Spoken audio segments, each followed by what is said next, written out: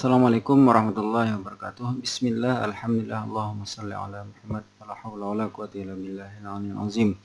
Bersyukur kita kepada Allah Subhanahu wa taala dengan ucapan alhamdulillahi rabbil alamin, dan berselawat kita kepada Rasulullah SAW dengan ucapan Allahumma sholli ala sayyidina Muhammad. Mudah-mudahan pelajaran kita hari ini dimudahkan. Marilah kita bersama-sama berdoa terlebih dahulu. Silakan berdoa mulai. Bismillahirrahmanirrahim. Allahumma sholli ala Muhammad. Allahumma la haqqa warzuqna ittiba'ah wa arina batila batila warzuqna ijtinabah. Rabbi zidni ilma warzuqni fahma. Wa sallallahu ala sayyidina Muhammad walhamdulillahi rabbil alamin. Oke, kita hari ini akan mempelajari tentang termokimia. Apa itu termokimia? Kalau kita membakar kayu, apa yang terasa setelah api menyala? Panas. Nah, panasnya itu dipelajari dalam termokimia. Panas itu dihasilkan dari reaksi antara kayu dan api.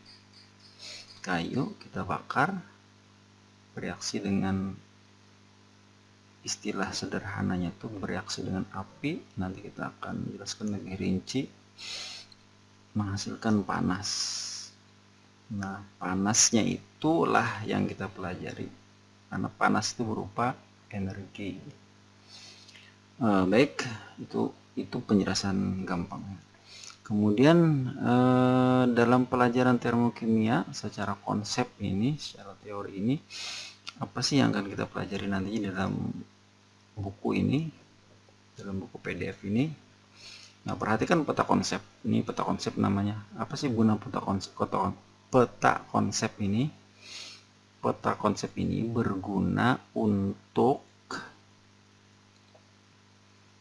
kita menata otak kita sehingga yang kita pelajari ini terstruktur. Itu gunanya peta konsep itu. Jadi seperti ini. Jadi kalau kita mempelajari termokimia, maka yang pertama yang akan kita pelajari ada 3. 1, entalpi. 2, yang akan kita pelajari nanti penentuan perubahan entalpi. Kemudian yang ketiga adalah energi bahan bakar. Nah, sudah ada dalam otak kita tuh, kita akan belajar nanti apa sih entalpi, apa sih penentuan perubahan entalpi, apa sih energi bahan bakar. Nah, sekarang kita akan mempelajari pertama terlebih dahulu adalah tentang entalpi. Jadi penentuan perubahan entalpi itu pertemuan berikutnya, demikian energi bahan bakar. Sekarang kita pertemuan pertamanya adalah termokimia yang membahas tentang entalpi. Nah, entalpi ini apa yang kita pelajari lagi? Nah, entalpi ini yang kita pelajari adalah pertama, ada istilah sistem dan lingkungan, ada istilah energi dalam, ada istilah perubahan entalpi. Perubahan entalpi ini ada delta HF, ingat nggak? Ada delta HF, ada delta HD, ada delta HC. Oke. Delta HF pembentukan, delta HD penguraian, delta HC adalah penggabungan. Kemudian apalagi reaksi eksterem dan endoterem. Nah, jadi sedikit aja yang kita pelajari, cuma 1, 2, 3, 4. Jadi entalpi ini atau H ini yang kita pelajari adalah ada 1, 2, 3, 4 nya. Baik, kita masuk ke kata kunci lagi. Di bawahnya ada kata kunci. Ada kata kunci. Ini kita hapus dulu ya.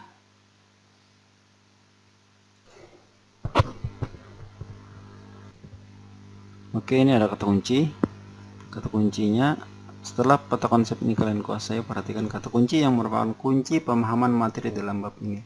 Jadi kata kunci ini berfungsi sebagai apa? Sebagai kata-kata yang sering kita gunakan dalam pembahasan entalpi ini, termokimia ini.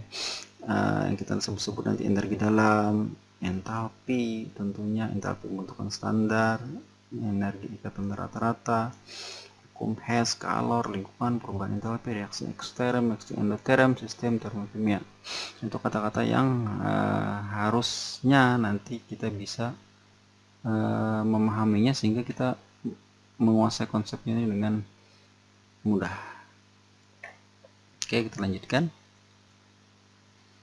Oke, ini yang saya bilang tadi, ada api. Nah, ini ada api unggun, terasa apa? Terasa panas. Nah, panasnya itulah yang akan kita pelajari dalam ilmu kimia, yaitu termokimia ini. Ini jika kalian berada di dekat kayu yang sedang dibakar, misalnya saat kalian sedang berkemah dan seterusnya, badan kalian terasa panas, itu artinya apa? Artinya ada perpindahan energi, adanya perbedaan suhu antara kayu yang sedang terbakar dengan lingkungan sekitar, sehingga energi akan mengalir ke lingkungan yang suhunya lebih rendah. Lagi, perpindahan energi ini disebabkan adanya perbedaan suhu antara kayu yang sedang terbakar dengan lingkungan. Jadi kayu yang terbakar, kemudian ada lingkungan, kayunya panas karena terbakar, kemudian lingkungannya dingin, maka terjadi perpindahan energi dari kayu ke lingkungan. Oke, tadi kita bicara tentang ada lingkungan, ya kan, dari kayu ke kayunya makan, kayunya yang terbakar menghasilkan panas, panasnya itu akan memberikan ke lingkungan sekitar. Nah, kita akan bicara tentang lingkungan. Kita tambah lagi, istilahnya ada sistem, ada sistem dan ada lingkungan. Nah, kayu tadi itu, kayu yang terbakar tadi, kayu yang terbakar dan lingkungannya sekitarnya memiliki suhu yang berbeda. Perbedaan suhu ini mengakibatkan terjadi perbedaan energi, bla bla bla. Saya ambil yang importantnya. Nah, ini dua hal yang penting berkaitan dengan perpindahan energi dalam reaksi kimia adalah sistem dan lingkungan.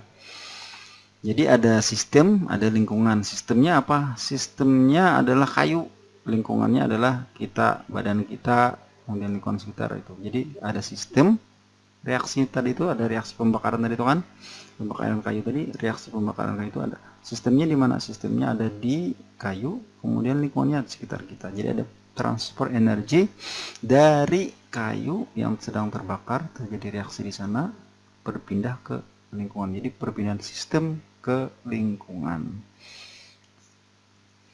Nah, omong-omong tentang sistem, itu ada sistem terbuka, ada sistem tertutup. Sistem terbuka itu ya terbuka, misalnya dalam termos itu kita buka, sistemnya terbuka. Artinya apa? Artinya dalam termos itu setelah kita buka tutupnya, maka terjadi perpindahan energi dari termosnya tadi panas, kalau kita andaki tangan di atasnya itu terasa panas, itu ada energi yang pindah dari sistem, yaitu si termos tadi itu, air panas termos ke tangan kita. Adalah lingkungan. Nah, itu sistem terbuka. Kemudian yang tertutup tuh apa? Ini contohnya yang ada di buku. Ini ada yang contohnya ada dalam buku ini adalah reaksi logam Zn, reaksi logam Zn dan HCl. Zn ini logam, ya, logam itu Zn itu seng, ya, atap rumah atau ada yang seng, ada yang aluminium. Nah, ini seng reaksi dengan HCl. Reaksinya yang terjadi apa? Reaksinya terjadi akan menghasilkan gasnya, dan panas. Ini panas, tukang panas. Ini gunakan si tukang balon ini mengumpulkan seng-seng, kemudian dicampurnya dengan HCl, kemudian dimasukkannya dalam tabung LPG itu. LPG-nya tidak ada lagi sudah. Jadi kemudian ditutup rapat, akhirnya menghasilkan gas hidrogen. Gas hidrogen itu ditutupnya, terkumpul, kemudian disalurkannya ke balon. Jadi balonnya itu isinya gas hidrogen, sehingga dia bisa mengapung di udara. Kerjaan tukang balon aja padahal ini reaksi kimia nih. Nah, itu. Jadi ini tabungnya terbuka. Gas hidrogennya keluar. Itu sistem yang terbuka. Oke, kita lanjut. Nah, ada sistem yang tertutup. Sistem yang tertutup itulah sistem tidak memungkinkan untuk terjadi perpindahan materi, tapi dapat terjadi perpindahan energi. Tapi dapat terjadi perpindahan energi antara sistem dan lingkungannya. Misalnya ketika reaksi antara logam, Zn dan larutan HCl tersebut kalian lakukan dalam tabung reaksi tertutup rapat. Jadi ini terjadi perpindahan materi, tetapi tidak memungkinkan untuk terjadinya perpindahan materi, tetapi dapat terjadi perpindahan energi. Oke. Jadi ketika HCl dicampur dengan Zn tadi akan terjadi gelembung-gelembung udara yang isinya adalah hidrogen. Karena yang sistem terbuka tadi kita tutup, kita buka ya. Kita buka yang sistem tertutup, kita lihat di atas. Terbuka, kita buka, maka si hidrogennya keluar. Nah, hidrogennya keluar, panasnya pun keluar. Nah, sekarang dua yang keluar, hidrogennya dan juga energinya juga keluar. Nah, kalau sistem tertutup itu materinya tidak bisa keluar, artinya kita tutup tabung reaksinya tadi, sehingga si hidrogen tidak bisa keluar. Nah, itu persis seperti tukang balon itu, ditutupnya tabung gas LPG tadi itu, jadi hidrogennya ada di dalam situ. Kemudian dibikinkannya lubang kecil, keran kecil, sehingga dari keran kecil itu dianakinya balon, dan gas hidrogen itu dibukanya sedikit keluar masuk dalam balon sehingga balon bisa mengapung. Nah, tadi tabung reaksinya tadi ini diberi sumpal. Nah, diberi sumpal sini. Oke. Diberi sumpal. Jadi tidak bisa dia keluar.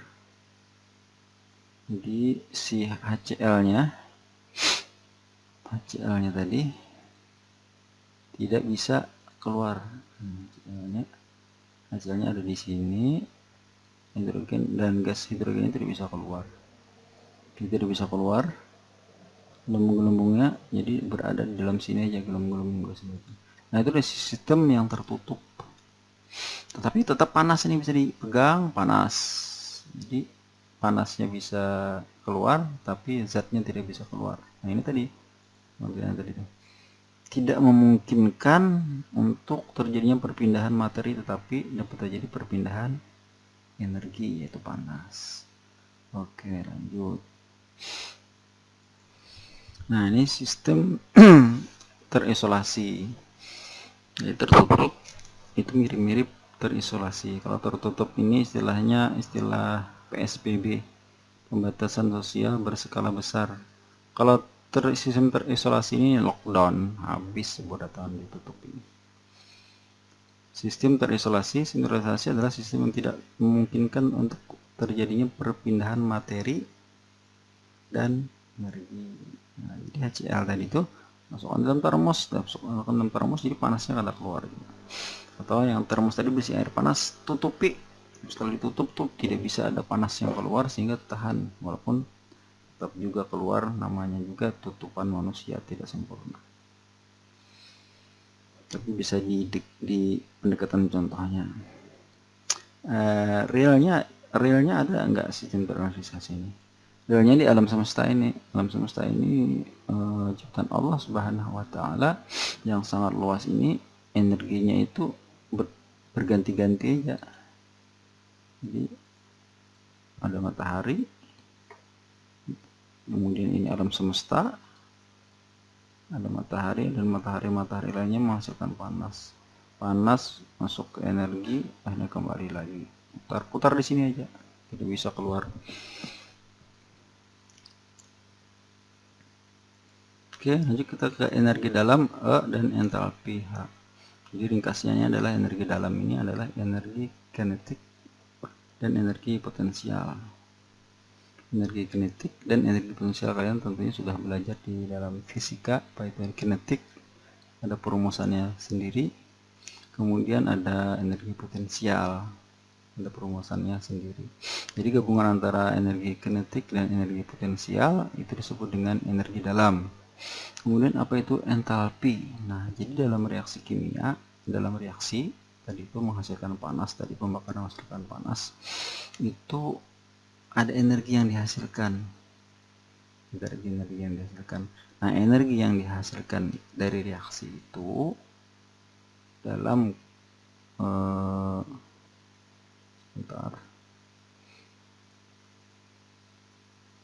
dalam tekanan. Nah, ini tekanan. Dalam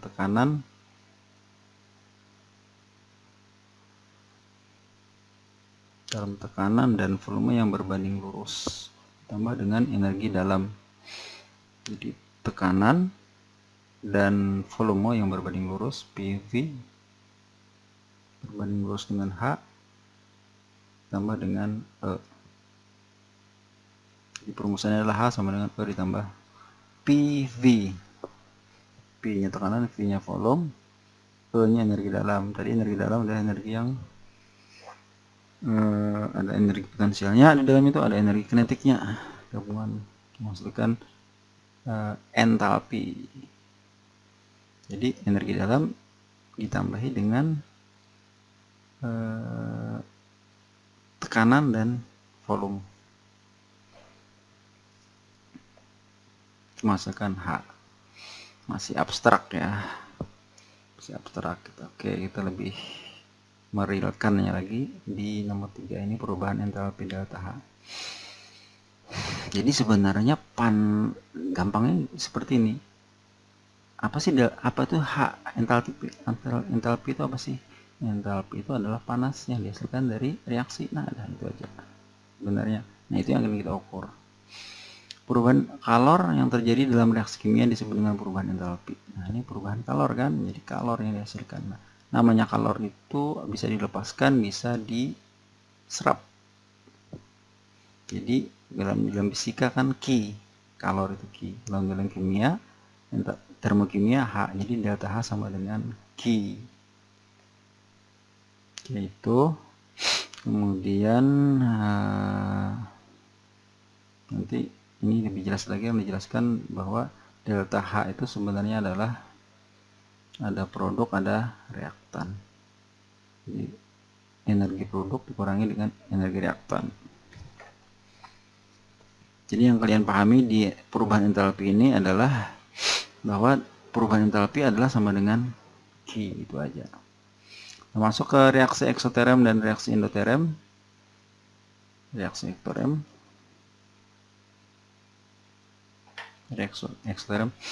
eksoterm adalah melepaskan kalor. Jadi bila reaksi itu menghasilkan panas, itu disebut dengan reaksi eksoterm. Itu gampangnya. Artinya apa? Artinya delta H reaktan, reaktan itu di sebelah kiri. Jadi reaksi sebelah kiri, misalnya ini A ditambah B. Nah, ini reaktan menghasilkan C plus panas. Jadi A tambah B ini adalah reaktan, C ini adalah produk ditambah dengan CD misalnya, tambah D. Jadi produknya tuh CD, produk hasilnya. Jadi A tambah B bereaksi menghasilkan C dan tambah D. Nah, AB nya reaktan dan CD nya adalah produk. Nah, jika reaksi eksoterm ini apabila delta H nya ini kurang dari 0, artinya minus, maka reaksinya eksoterm. Jadi energinya itu minus, kurang dari 0 ya kan, maka reaksi eksoterm. Tapi kalau hanya dia menyerap kalor, maka energinya itu menjadi di atas 0, entalpi nya di atas 0. alias plus. Jadi endoterm itu plus, eksoterm itu minus. Nah, itu gampangnya seperti itu. Oke, kita lanjutkan ke petanya, ke diagramnya. Ini H energinya, ini reaksi eksoterm, ini reaksi endoterm. Maka bila reaktan itu energinya jadi turun, itu reaksi eksoterm. Bila energinya dari reaktan setelah menjadi produk energinya malah bertambah atau lebih besar dari 0, disebut dengan reaksi endoterm. Inilah, jadi bilanya reaktan tadi kan sebelah kiri, kemudian bereaksi. Setelah bereaksi dia masukkan produk, ya kan? AB ditambah A ditambah B, kemudian menjadi C ditambah D. Itu C tambah D nya itu adalah produk. Bila energinya itu lebih kecil daripada reaktan, maka disebut dengan reaksi eksoterm. Kebalikannya, reaksi endoterm. Persamaan termokimia. Persamaan termokimia. Langsung aja ada persamaan cara menuliskan persamaan termokimia sehingga menjadi seperti ini. Pada pembakaran 1 mol gas metana dihasilkan 1 mol gas CO2 dan 2 mol air. 1 dihasilkan 2. 1 gol dibakar dihasilkan 1 dan 2. Serta dengan pelepasan keluar sebesar ini. Pelepasan. Tadi pelepasan disebut dengan eksoterm. Eksoterm itu nilainya minus. Maka kita tuliskan seperti ini.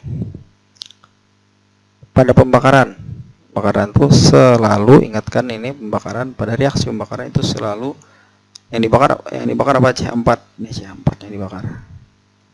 Jadi CH4 itu dibakar. CH4 dibakar. Nah, dibakar ini selalu menghasilkan oksigen, selalu dengan oksigen. Jadi kalau hanya reaksi tadi itu kayu dibakar, berarti kayu dibakar tadi itu berarti kayu direaksikan dengan oksigen. Kalau ini CH4 alias metana itu dibakar berarti direaksi dengan gas oksigen. Maka selalu kalau hanya CH4 atau hidrokarbon, ya nanti kita akan pelajari juga hidro dan karbon H dan C. Bila H dan C itu direaksi dengan oksigen alias dibakar, maka selalu menghasilkan CO2 dan H2O. Ini disebut dengan reaksi pembakaran. Senyawa karbon dan pembakarannya itu adalah sempurna karena menghasilkan CO2 dan H2O. Kemudian selalu menghasilkan CO2 dan H2O, tinggal kita menyamakan ininya nih. Apa namanya nih?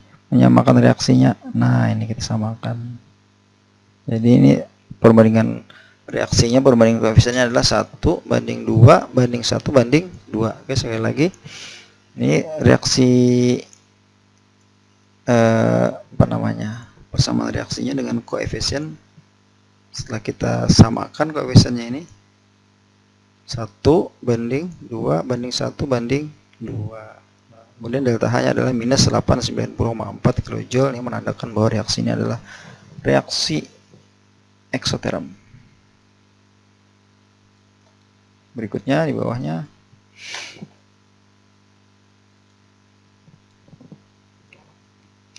pada reaksi 1 mol larutan NaHCO3 soda kue dengan 1 mol larutan HCl dihasilkan 1 mol larutan NaCl dan 1 mol air dan 1 mol gas CO2 dihasilkan NaCl dan gas CO2 disertai penyerapan berarti reaksinya endoterm berarti ini nanti ini plus, ya ini kan plus nih. Kemudian kita bikin reaksinya NaHCO3 masukkan plus HCl masukkan NaCl dan H2O. Terus kita samakan aja koefisiennya, kita kita tulis saja koefisiennya, kita sama-samakan. Karena ini kelihatan 1 mol ini 1 banding 1 banding 1 banding 1 banding 1. Nah, udah ini. Karena sudah mudah ketaraannya ini. Kemudian ini ada delta H plus 11,8 kJ per mol. Nilainya adalah plus, menandakan bahwa dia endoterm. Jadi ini adalah cara untuk menuliskan sebuah reaksi termokimia. Lanjut, perubahan entalpi pembentukan standar. Oke, ini jenis-jenis ya nih. Oke. Jadi tadi kan entalpi kita bahas entalpi. Sekarang ada jenis-jenis entalpi itu. Ada jenis-jenis perubahan entalpi itu ada. Apa adanya itu? Lihat ke bawah. Oke, yang pertama adalah perubahan entalpi pembentukan standar. Jadi F formation ya, pembentukan entalpi perubahan entalpi pembentukan standar. Dibaca aja. Nah, ini cara menuliskannya seperti ini. Yang perlu digarisbawahi adalah 1 mol. Ya. 1 mol namanya pembentukan ini apa sih prinsipnya? 1, ia terbentuk dari unsur-unsurnya. Nah, itu yang perlu dipahami, dari unsur-unsurnya. Terus terjadi bentukan apa? 1 mol nih H2O. Dari mana kita lihat 1 molnya itu? Dilihat dari H2O ini koefisiennya harus 1 di sini. H2O ini harus 1.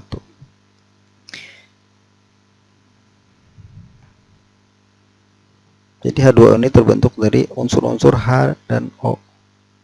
Maka ini adalah disebut dengan entalpi pembentukan standar dan dihasilkan adalah 1 mol H2O. Jadi kalau 2 mol itu bukan reaksi pembentukan standar. Kemudian ada reaksi peruraian standar, penguraian decomposition. Terurai dari H2O terurai jadi H2 dan O2 dalam keadaan 1 mol. Bila 1 mol berarti dia merupakan entalpi peruraian standar. Bila 2 mol yang diuraikan nih berarti bukan entalpi peruraian standar. Bila 2 mol, misalnya 2 sini tulisnya 2H2O, maka itu bukan peruraian standar. Kemudian pembakaran standar. Tadi pembakaran tadi direaksi dengan apa? Pembakaran itu direaksikan dengan apa? Direaksi dengan oksigen. Nah, selalu ini berarti bila bereaksi dengan oksigen disebut dengan perubahan entalpi pembakaran standar. 1 mol juga yang dibakar 1 mol, C6H6 ini 1 mol. Harus 1 mol benzena. Oke, seperti itu. Oke, di bagian akhir ini ada latihan 2.1 ya, ini nanti dikerjakan kemudian ditulis di kertas, di buku ya, di buku kalian, kemudian dijawab. Ini diketahui reaksi A B merupakan reaksi eksoterm. AB tadi A ke B merupakan reaksi eksotermnya. A ini adalah reaktan, B ini adalah produk. Reaksinya eksoterm. Zat manakah yang punya entalpi lebih besar, energinya lebih besar pada suhu dan tekanan sama, A atau B? Nah, kalau reaksi eksoterm A ke B yang lebih besar entalpinya. Kita bisa lihat reaksi ini reaksi eksoterm, berarti apa? Dia melepaskah atau menyerapkah? Kalau melepas, turunkah naikkah ke B ini? Jadi kalau kita tahu turun atau naik, kemudian kita bandingkan mana yang lebih besar energinya. Kemudian ini gampang, bagaimana tanda ada? Kalau sudah bisa jawab A, B nya sudah bisa. Tulislah persamaan termokimia untuk proses peruraian NH4 NO3 menjadi unsur-unsurnya jika diketahui delta. Ini gampang, NH4. Lihat tadi yang di atas tadi itu peruraian tadi. Apa syaratnya? Syaratnya adalah terurai menjadi unsur-unsurnya. Jadi unsur-unsurnya ini NH dan O, unsur-unsurnya ini NH dan O, unsur-unsurnya. Kemudian kemudian nanti disamakan koefisien reaksinya sehingga NH4NO3 ini hanya 1 mol. Hanya 1, koefisiennya hanya 1. Jadi yang lainnya mengikuti supaya NH4NO3 ini 1 dan seterusnya. Di penguapan H2O jika diketahui kalor penguapan air. Jadi L ini liquid ya, liquid ini cair. Kalau nya gas itu lambangnya G. Jadi H2L menjadi H2OG, itu begitu. H2OL menjadi H2. Jadi H2. Kita tuliskan persamaan termokimianya kan, jadi ini gampang aja nih. Jadi dari L liquid dalam wujud cair menjadi, kalau air menguap itu menjadi gas. Jadi sebelah produknya itu adalah H2OG, H2O gas. Kemudian selanjutnya tulis eksoterm kah, endoterm kah. Oke, demikian, mudah-mudahan kalian bisa mencari referensi-referensi lainnya mengenai part 1 termokimia ini. Mudah bisa bermanfaat. Wassalamualaikum warahmatullahi wabarakatuh.